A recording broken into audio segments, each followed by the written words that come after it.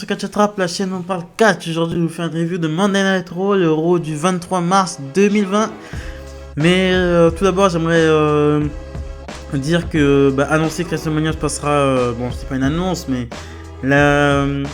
samedi 4 avril et dimanche 5 avril sur 2 jours différents et je pense dans 2 salles différentes.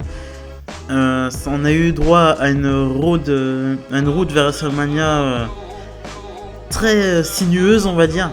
En fait, le combat ne se faisait pas dans le ring, mais à l'extérieur. Le combat, c'était est-ce qu'on allait avoir un WrestleMania cette année en temps et en heure, ou est-ce qu'on allait pas l'avoir.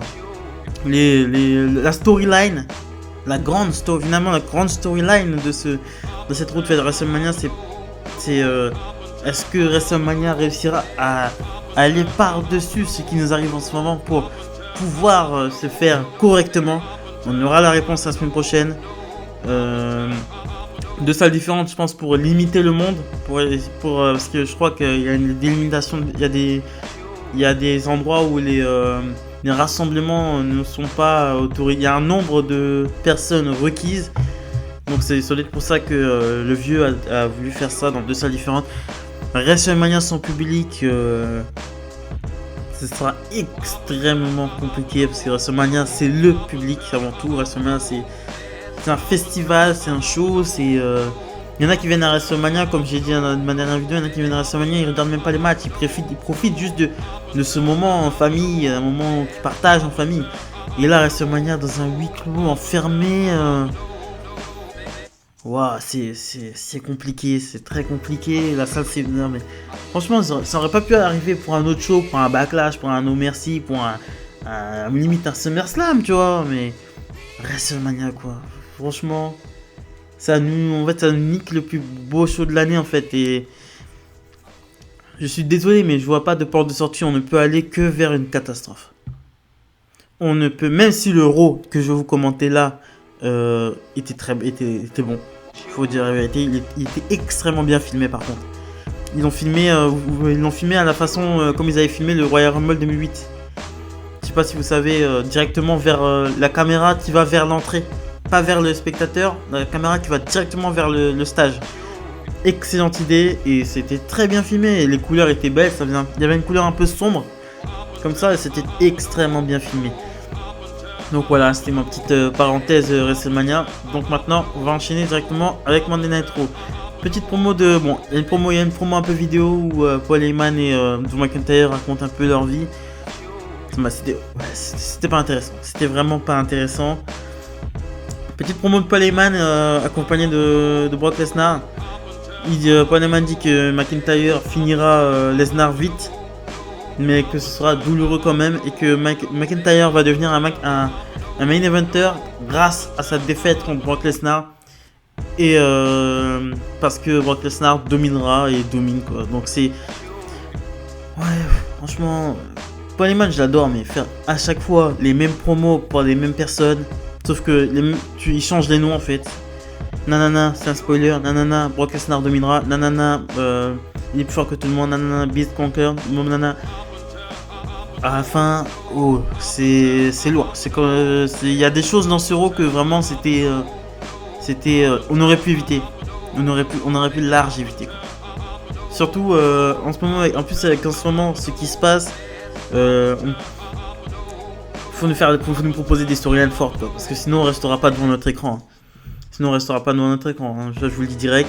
Ensuite, ils ont passé directement un très bon match. Hein. C'est un match que j'adore. C'était au Royal Rumble 2014, il me semble, ou 2016 ou 2014, 2015 peut-être. Royal Rumble 2015, Rollins contre Brock Lesnar contre John Cena. Match que j'adore. Là, on peut voir un peu tout le talent de Seth Rollins, tout ce qu'il sait faire sur un ring. Et c'était le Seth Rollins que j'adorais, quoi. Le heel par excellence, le fourbe Seth Rollins, tout fraîchement sorti du Shield, de Seth Rollins qui était en train de péter avec sa mallette. C'est un vrai personnage Seth Rollins avant. Avec l'autorité derrière, Giant Jet Security, c'était vraiment du lourd. Ça fait plaisir de revoir Seth Rollins comme ça, plutôt que ce qu'il est devenu quoi. Donc ensuite on enchaîne avec AJ Styles qui arrive avec The OC qui fait une petite promo. Il se moque d'Undertaker, il dit qu'il portait un pantalon qui qui ressemblait à un pantalon de maternité gothique. Et il dit que sur son compte Twitter, il a vu une vidéo de lui et Michel McCool dans une piscine avec un tigre pour sensibiliser à la disparition des tigres dans le monde, quoi. Donc Styles lui dit que voilà, qu'il veut voir le vrai Undertaker et qu'il challenge Undertaker dans un bon yard match. Je sais pas ce que c'est, je vais me renseigner. Mais bon, après c'était une petite promo, franchement ouais, bon, on continue, hein. Moi ça me plaît, cette rivalité me plaît, ça prend un chemin qui me plaît. Et ouais, cette rivalité me plaît, mais après voilà, c'est pas...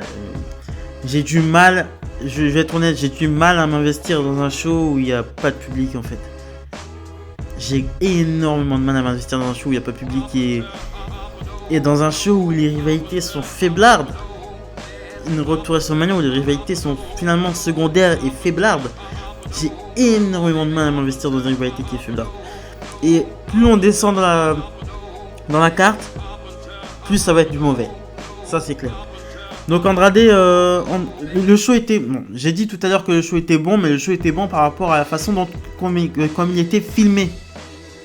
Il était très bien filmé, c'était un très beau show. Il était très beau. Je me suis trompé, il n'était pas très bon, il était très beau. Je l'ai trouvé très très beau. Donc Angel Garza avec Andrade contre Ricochet et Cedric Alexander. Bon, les 4 là, bon, ils nous ont fait un bon match. Ça fait plaisir de voir Cedric Alexander et Ricochet performer. Même si ça n'a pas trop duré. Intervention des Street Profits qui sont venus. Bon, j'ai pas compris pourquoi. Ils sont venus, ils sont assis à la table des commentateurs. Ils ont commencé à gueuler. Ça m'a franchement saoulé. Victoire d'Andrade avec un... Bon, il y a eu un quiproquo, hein. Il a excité, vous savez, avec son coup de pied qu'il met accompagné d'un spinning elbow. Il a fait ça, mais en même temps, il a fait son spinning elbow. D'habitude, il finit pas comme ça, il finit avec son Hammerlock DDT. Mais là, ce qui s'est passé, c'est qu'il a mis son spinning elbow. C'est-à-dire qu'Alexander l'a très bizarrement vendu. Il est tombé, il a fait genre... on dirait qu'il y a une très mauvaise compréhension, quoi. On dirait qu'il s'était pas entendu sur comment le match allait finir. Donc il s'est mis par terre, il a commencé à se mettre à 4 pattes, marche un peu. Même les commentateurs, ils commencent à genre, qu'est-ce qui se passe? Après il se met par terre et Andrade fait le compte de 3 et Cedric Alexander se dégage comme si il aurait dû se dégager au compte de 2 en fait. Donc victoire de Cedric Alexander et Angel Garza. Ça se serait pas vu s'il n'y aurait pas eu public. Je pense que il y a eu une erreur. Il y a eu un truc qui n'allait pas à la fin du match en tout cas. Le finisher, il y avait un truc qui n'allait pas. Donc ensuite il y a Street Profits contre Shane Thorne et Brendan Vinks. Brendan Vinks, je sais pas qui c'est. Shane Thorne je le connais, bon il était à NXT, il traînait un peu de ce côté là, il joue un peu les jobbers, hein. Bon il gagnait, ouais bref. Victoire des Street Profits avec un Spinebuster enchaîné d'un Spear sur Shane Thorne et on nous annonce, j'ai vu une annonce. Les Street Profits défendant leur titre par équipe contre Andrade et Angel Garza. Annoncer encore des matchs à moins d'une semaine de WrestleMania. Mais non, même pas moins d'une semaine. On est à 2 jours là. C'est quand? C'est demain WrestleMania là. Il le tourne demain. Donc il sera préenregistré. Je trouve ça quand même terrible quoi. Tu peux annoncer une petite bataille royale, un truc comme ça, mais pas des matchs. Putain, la carte, ils ont fait n'importe quoi. Normalement, la carte, elle est prête au moins un mois à l'avance pour qu'on puisse bien définir les rivalités et bien construire les storylines. Mais là, il n'y a rien de construit, là. Ils font un match par équipe, ok, mais les mecs... il n'y a pas de haine derrière, en fait. Il n'y a rien. Zéro derrière ce match. Zéro. Ensuite, petite vidéo de Riddick Moss qui perd son titre 24/7 contre R-Truth. En fait, il est en train de faire un footing. Et il y a un arbitre qui passe avec une voiture. Riddick Moss s'en méfie un peu. Il commence à chahuter un peu avec l'arbitre. R-Truth en profite pour lui faire un backslide par derrière. 1, 2, 3, terminé. R-Truth prend la voiture et se part. Charlie Caruso interview Shayna Baszler sur le ring. Mais Shayna Baszler, au début, elle lui répond pas. Elle lui dit... elle demande à Charlie Caruso si elle a peur Charlie Caruso la morde.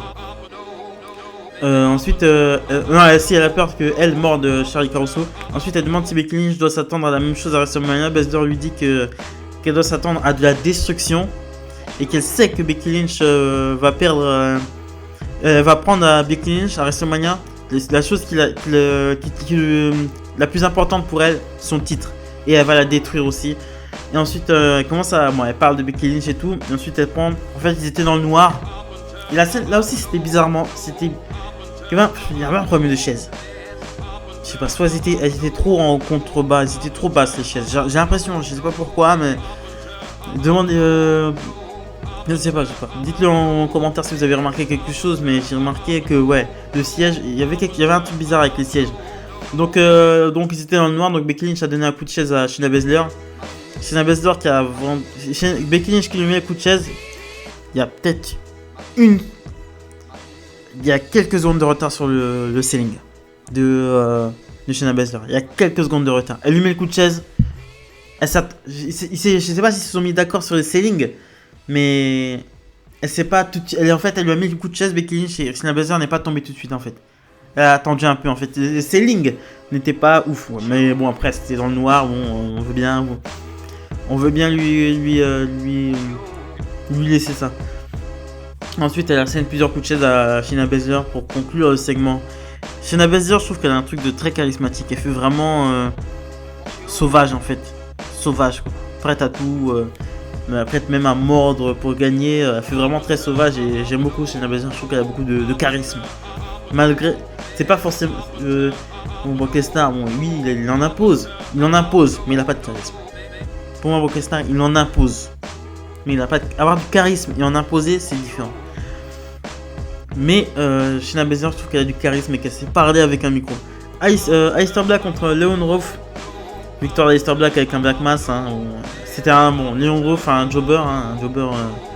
Tout ce qu'il y a de plus jobber. Kevin Owens sur le ring. Kevin Owens et Seth Rollins. La WWE a réussi à me dégoûter de Kevin Owens et de Seth Rollins, quoi. C'est ouf quand même. Tu réussis à me dégoûter de mes. Il y a 2 ans, ces catcheurs-là, j'ai idolâtré. Là, putain, mais comment. Genre, je suis fatigué d'eux. Ça fait depuis le début de l'année qu'ils se tournent autour. Il n'y a pas moyen, ils se touchent. Ils vont venir nous saouler à WrestleMania. Putain, dans un match, au moins, le match va durer 30 minutes, on va me saouler.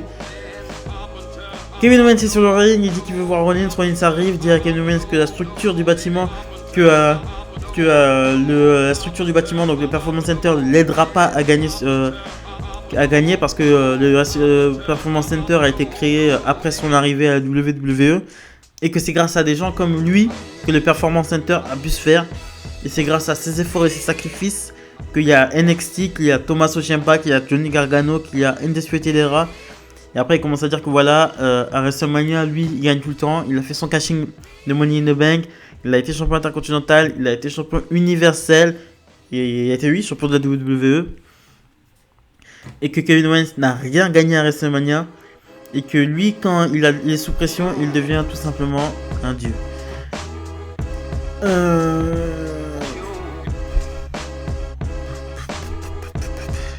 Cette rivalité, ouais, bon. Putain, Kevin, vous arrivez à me saouler de Kevin Owens et de Seth Rollins, quoi. C'est grave. Franchement, c'est grave et ça va être. Je pense qu'on se dirige vers le pire WrestleMania qui va. On se dirige vers le pire. On se dirige vers le pire. Et pourtant, Dieu seul sait que c'était bien parti en début d'année. Dieu seul sait que c'était bien parti en début d'année. Mais comment ils peuvent faire autant de la merde avec un roster aussi bon, quoi? Comment ils peuvent faire autant de la merde avec un roster aussi bon? Franchement, c'est... Bon, on se dit là... bon, Asuka contre Charlotte Flair à WrestleMania 34, la première défaite de Asuka. J'ai passé. Randy Orton fait son entrée, il s'excuse auprès de Beth Phoenix, il dit qu'il a menti, il dit que Edge n'est pas drogué à la foule, mais que Adam Copeland est drogué à Edge. Et Adam Copeland est drogué à son ego. Adam Copeland qui est le véritable nom de Edge. Et Orton dit que oui, c'est vrai que son nom de famille l'a aidé à ouvrir des portes, mais ça ne l'a pas fait de lui directement un Hall of Fame. Ça n'a pas fait de lui un... ça lui a pas donné une place d'Hall of Famer. qu'il a dû se battre, pendant 9 ans. Il a dû se battre notamment pendant les 9 ans que Edge est assis sur son canapé à se demander et si je pourrais revenir, et si machin, que lui est en train de se battre. Et il dit qu'il a bossé dur tout simplement, et il dit aussi qu'il aime Edge, encore une fois, et que il aime Edge et ses filles, et que il a fait ça pour que papa rentre à la maison. Mais malgré ça, Edge le challenge dans un last man standing match, et à la fin il dit que Edge a écrit l'histoire, c'est vrai, mais que lui il va écrire le dernier chapitre. Il accepte le last man standing match. C'est officiel, Randy Orton contre Edge, last man standing match à WrestleMania. À part le dernier angle de Randy Orton et de comment la WWE a tourné ce show, c'était pas bon quoi. C'était pas bon. Après il y a grave, il était très beau ce show. J'ai trouvé qu'il était très esthétique, mais je comprends pas comment ils peuvent nous fournir. C'est pour ça qu'aussi je vois des youtubeurs qui font des vidéos sur. En fait, ils parlent de tout sauf des rivalités. Parce que ce qui se passe en ce moment est largement plus intéressant que les rivalités qu'il y a en ce moment à Raw ou à SmackDown, quoi. Il y a des trucs qui sont tellement évidents qu'il fallait faire, comme par exemple placer Andrade dans un match contre Aleister Black pour le titre des États-Unis. C'était tellement évident qu'il fallait faire ça. Putain. Ouais, non, mais franchement, ouais, voilà, c'est démotivant, c'est catastrophique. Donc voilà, c'est ce que je pensais du Monday Night Raw du 23 mars. Voilà. Abonnez-vous, likez, partagez, très important pour le développement de la chaîne. Salut les amis.